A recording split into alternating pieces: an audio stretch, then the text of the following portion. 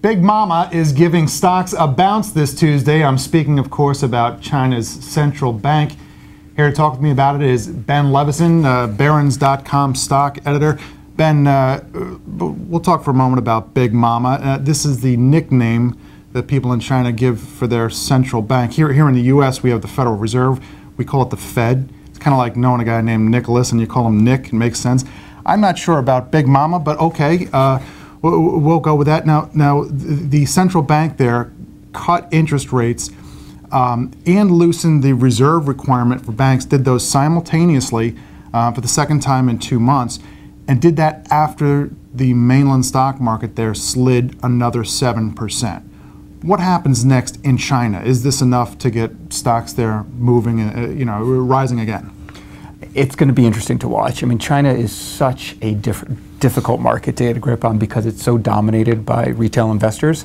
So here you have institutions, you have pension funds, you have people who have long-term money that are looking to buy on the dips. In China, it's all going on the retail sentiment. I'm guessing we're going to get a bounce in China because of this. I think we're already seeing that in some of the ETF pricing where you're getting a disconnect between the NAV, the net asset value, and the price that they're actually trading at because all the stocks in Asia are closed, but people are figuring they're going to open up tomorrow when this happens. And markets are soaring everywhere else. Markets are soaring. Yeah, I mean, in the U.S. they're up a couple percent. I think in Europe they're up a couple percent. I mean, it's just the markets are happy with what's going on right now. Now, thinking about U.S. stock exposure to China, we think of China, world's second largest economy, as having this dominant effect on the business we do here. But really, it's just a matter of having a disproportionate impact on growth in recent years. When you look at the numbers, Goldman had a note out where they point out, remind us, U.S. exports are 13% of GDP.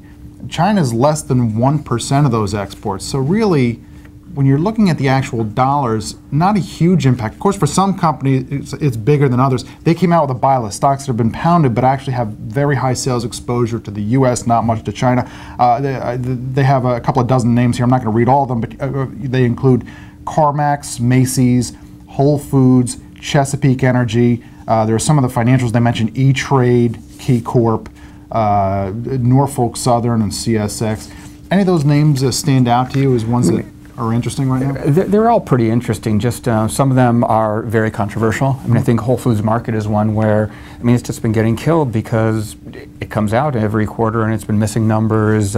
People are wondering if it's really had its moment, that now the Krogers and the other regular supermarkets of the world have caught up. There's so much more competition right now for organic food. But then again, you no longer have to pay, 45 times earnings or whatever it was the stock was trading at. You're getting closer to, a reasonable valuation for a peppy growth company. That's right. And even if it's not growing as much, maybe it's worth it, these valuations. The Macy's and the CarMax are interesting because they're retail stocks. And we haven't seen that big boost in consumer spending that everyone's been predicting because of oil and coming down. But there's still people out there that thinks that these things just take time, that consumers first, they pay down their credit card bill. They want to see that this is going to last. And oil has slid further, so we might get a little more relief at the pump. Right. What about some of the financials that Goldman's pointing to? The financials are interesting as well because they're going to be moving, a lot of them, just based on what the Fed does. They need, there was an interesting report, I can't even remember who wrote it now, but it was pointing out that banks really were pricing in a Fed rate hike. Right. And now that we don't know what the Fed is going to hike, they've come in a lot. But now it's a chance to maybe pick some of these up on the cheap since, they're not pricing that in anymore in case maybe the Fed does actually hike. It's really hard to make money if you're running, if you have a big money market fund. It's hard to make money at 0% interest rates. You're basically giving away the store, cutting your fees. If we get a little, raise in interest rates going forward later this year or early next year, you might see some incremental margin there that would drop presumably straight to the bottom line for some of these financials. That's exactly right. Okay, Ben, thanks for the ideas. Thank you. And thanks for watching.